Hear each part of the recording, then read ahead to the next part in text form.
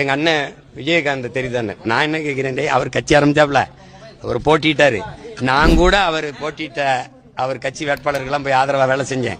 ஏன் அவருக்கே போய் ரிஷிவந்தியத்தில் வாக்கு சேகரிச்சேன் 2011 உங்களுக்கு தெரியும், அம்மையார் ஜெயலலிதாவோட அவர் கூட்டணி வச்சிருக்கும் போது.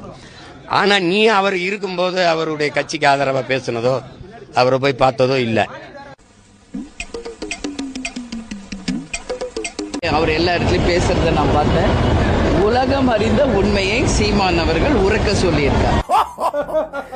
இதுக்கெல்லாம் நீங்க தான் ஒளித்து பின் சென்று கண்டுபிடிக்கணும். அதெல்லாம் நான் உனக்கு சொல்லிக்கிறேன். நீ தான் ஒளித்து பின் செல்லுதல் என்னன்னு கண்டுபிடிக்கணும். என்கிட்ட கேட்க கூடாது. புரியல. பிளாஷ்பேக் அப்படி சொல்லுங்க. ஒளித்து பின் செல்லுங்கிற. போங்க போங்க எல்லாம் போங்க. அந்த கூட்டணிக்குள்ள இருக்கிற நல்ல கண்ணுக்கு கால் கட்ட மயிர் அளவுக்கு பெறுவானாடா விஜயகாந்த். கிங்கா கிங் மேக்கரா அப்படின்னு கேட்கிறாரு. நான் கிங்கா கிங் மேக்கரான்னு. அவர் கிங்கும் இல்ல கிங் மேக்கரும் இல்ல, அவர் ஒரு ஜோக்கர். அவர் இது ஒரு கட்சி, இதுக்கு ஒரு நோக்கம். ஏன் நீ முதலமைச்சராக கல்யாண மண்டபத்தை இடிச்சுட்டாங்க.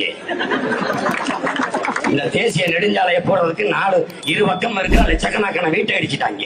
விஜயகாந்த் அவர்களுடைய மனைவி நம்ம ஐயா சகாயம் அவர்களினுடைய மறு உருவம் தான் நமது கேப்டன் அவர்கள். என்னங்கடா கொடுமையா இருக்கு. சகாயம் எங்க இருக்கிறாரு, இவர் எங்க இருக்கிறாரு. இவர் திடீர்னு நேற்று ராத்திரி எனக்கு இரவுல தூக்கம் வரலைன்னா அந்த கேப்டன் செய்தி சேனல்ல போட்டுருவாங்க. அந்த ரெண்டு பேரும் பேசுறத பார்த்தா என் மனைவி கூட அருமையா சொன்னாங்க. சிரிக்காதீங்க, நான் மறந்துடுவேன் என்ன பேசுவேன்னா அப்போ விட்டுருவேன். நான் கொஞ்சம் முன்ன பண்ண பேசுவேன், நீங்க கோர்த்து புரிஞ்சுக்கிறீங்க. அறிந்த உண்மையை சீமான் அவர்கள் உறக்க சொல்லியிருக்கார். விஜயனோட நடிக்கும் போது முதல்ல ரொம்ப டென்ஷனா இருந்தது. அன்னைக்கும் சரி இன்னைக்கும் சரி ஒரு பெரிய ஹீரோ விஜயகாந்த் அவர்கள். கொடுத்த என்னுடைய அண்ணன் புரட்சி கலைஞர் விஜயகாந்த் சார் அவர்களுக்கும் புரட்சி கலைஞர் கேப்டன் அப்படின்னு ஒருத்தர் தான்.